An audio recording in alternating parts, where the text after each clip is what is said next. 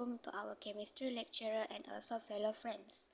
Today we want to talk about gravimetric analysis.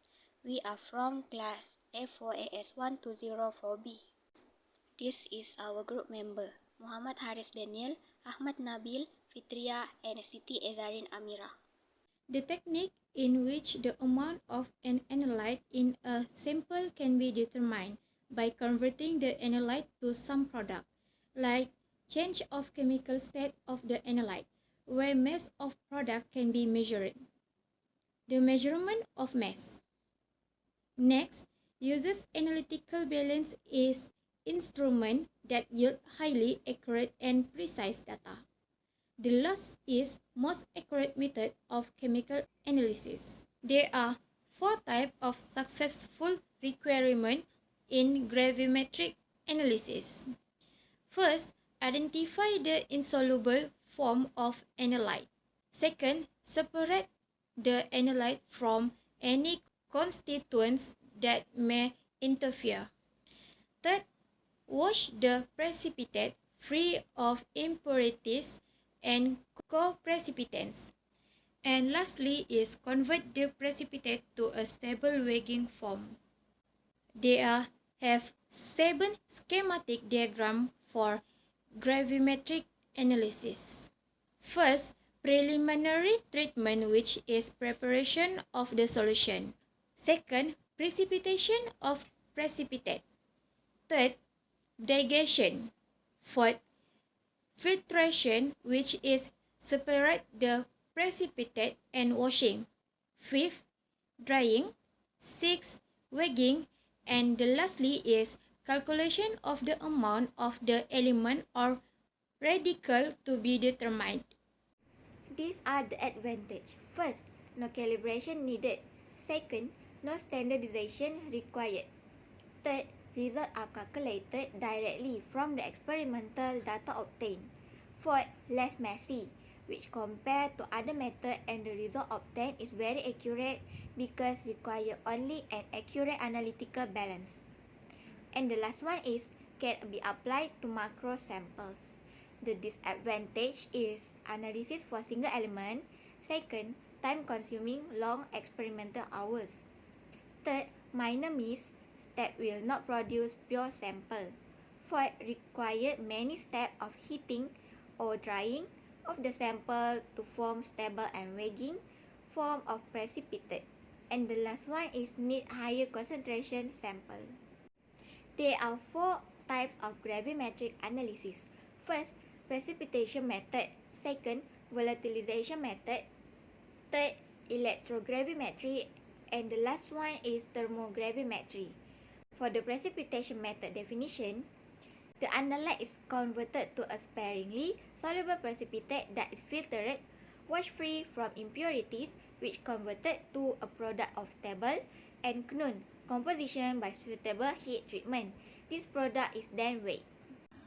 Okay, so for my part, I will explain to you about the statement for this topic. Okay, the well and water system may have pipes that have lead in them, which lead can get into drinking water. Lead can also damage to the brain, kidneys and nervous system. Lead can also cause slow development of learning, behavior and could also affect the hearing. And then sulfate can also cause diarrhea and dehydration to those who are not used to drink water with high level of sulfate. There is no known safe blood lead concentration. Even blood lead concentration as low as 3.5 microgram may be associated with decreased intelligence in children, behavioral difficulties and learning problems. As lead is more exposed, the severity of symptom can and effect also increase. However, United States Environmental Protection Agency has set the maximum contaminant level goal for lead in drinking water at 0 because lead can be harmful to human health even at low exposure level. So that is for the statement for this topic.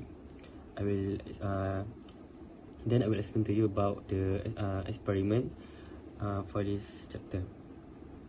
Okay, for the next part is about experiment. I will explain to you about the experiment for this chapter, for this topic.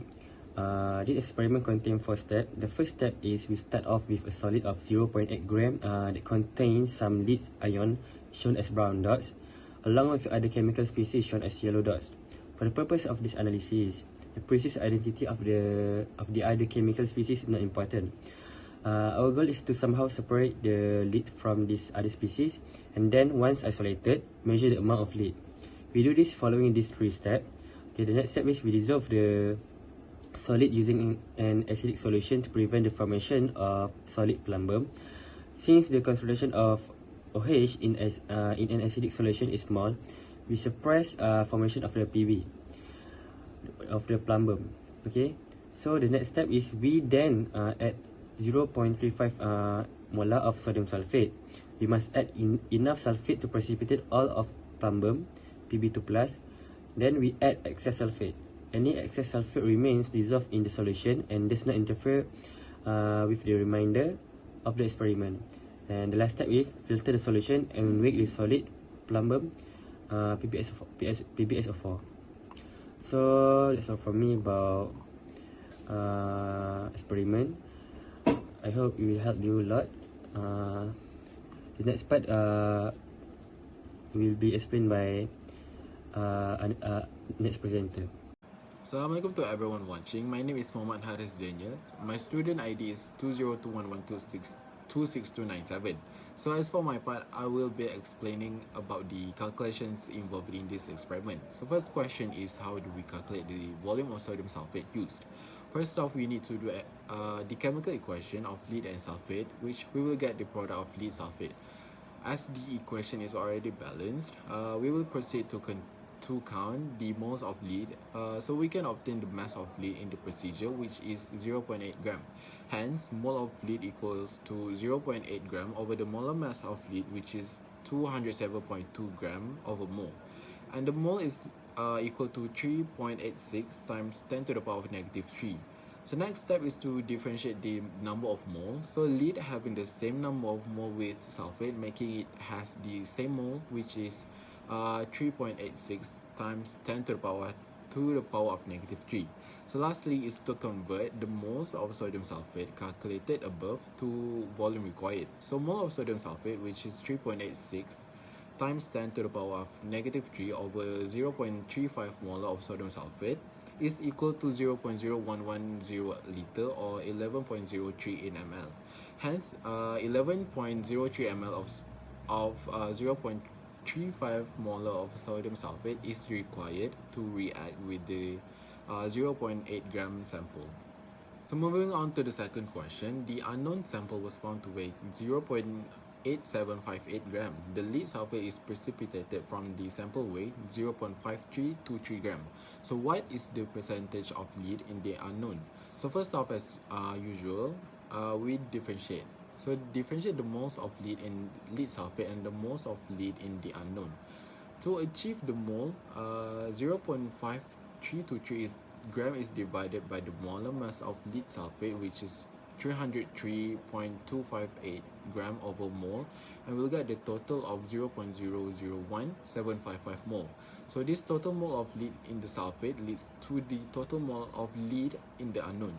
Next, we will find the mass of lead in the unknown sample. So 0.001755 mole times 207 gram over mole, which is the molar mass of lead, and we'll get the total of 0.3636 gram. So lastly, the percentage of lead in the unknown sample can be found by dividing the mass of lead in the unknown and the weight of the sample, and we times it by 100%. Hence, we will get the answer of percentage lead in the unknown, which is 41.52%. So third question is where we'll get to see whether the level of contamination is potentially dangerous or no. So assuming an average body mass of 100 kg and 100 ml of blood per kg of body mass, that 5% of ingested lead is absorbed in the bloodstream, and a person drinks 2 liters of water per day, and level of toxicity of lead presence in blood is 0.800 mg over liter. So first question is to count the minimum amount of lead that must be present in the bloodstream of a 100 kg person in order for them to experience the kidney failure. So 100 kg times 0.1 liter blood per kg times 0.800 mg over liter, and we will get the total of mg. So converting it to gram, we will get 0.00800 gram. Second question, what is the required minimum dose for kidney failure?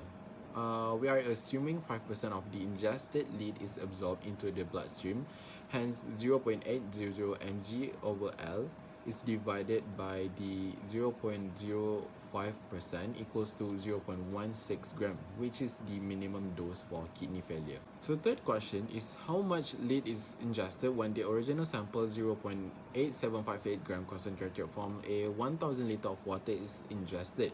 So 0.8758 gram sample times 0.4152 equals to 0.3636 gram of lead has been ingested per 1000 liter drank.